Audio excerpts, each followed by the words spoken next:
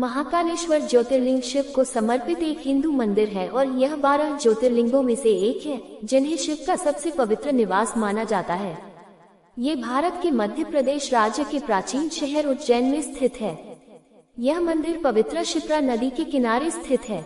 माना जाता है कि लिंगम रूप में पीठासीन देवता शिव स्वयंभू हैं, जो अपने भीतर से शक्ति की धाराएं शक्ति प्राप्त करते हैं, जबकि अन्य छवियां और लिंग अनुष्ठान पूर्वक स्थापित किए जाते हैं और मंत्र शक्ति से युक्त होते हैं। शिव पुराण के अनुसार एक बार ब्रह्मा और विष्णु में इस बात पर बहस हुई कि सृष्टि में सर्वोच्च कौन है। एक उनका परीक्षण करने के लिए शिव ने तीनों लोकों को प्रकाश के एक अंतहीन स्तंभ ज्योतिर्लिंग के रूप में भेज दिया। विष्णु और ब्रह्मा ने प्रकाश के अंत को खोजने के लिए क्रमशः स्तंभ के साथ नीचे और ऊपर की ओर यात्रा करने का निर्णय लिया। ब्रह्मा ने झूठ बोला कि उन्हें अंत मिल गया है, जबकि विष्णु ने अपनी हार मान ली। शिव प्रकाश के दूसरे स्तंभ के रूप में प्रकट हुए और उन्होंने ब्रह्मा को शाप दिया कि उन्हें समारोह में कोई स्थान नहीं मिलेगा, जबकि विष्णु की पूजा अनंत काल तक की जाएगी।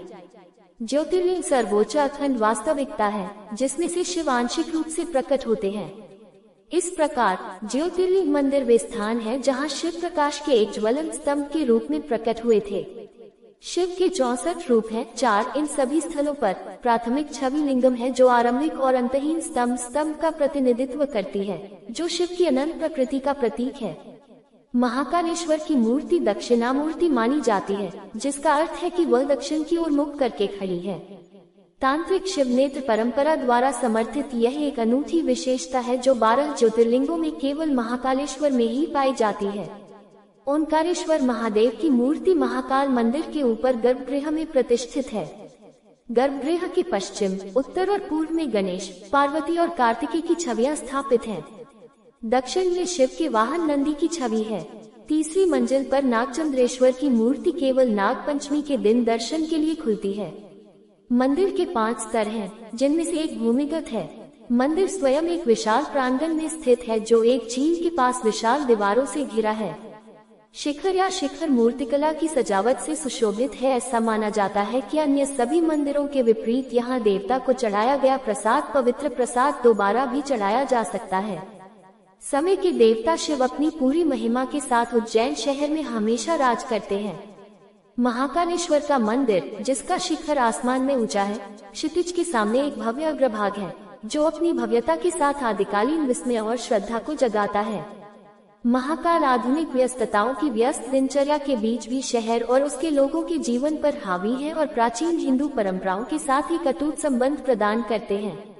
महाशिवरात्रि के दिन मंदिर के पास एक विशाल मेला लगता है और रात भर पूजा अर्चना चलती है।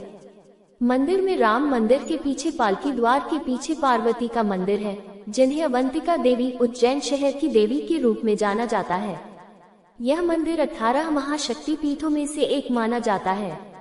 शक्तिपीठ वे मंदिर हैं जिनके बारे में माना जाता है कि जब शिव सती देवी के शव को ले जा रहे थे, तब उनके शरीर के अंग यहाँ गिरे थे, जिसके कारण शक्ति की उपस्थिति यहाँ स्थापित हुई थी। 51 शक्ति पीठों में से प्रत्येक में शक्ति और कालभैरव के मंदिर हैं। कहा जाता है कि सती देवी का ऊपरी होंठ यहाँ गिरा था और शक्ति को महाकाली कहा जाता है।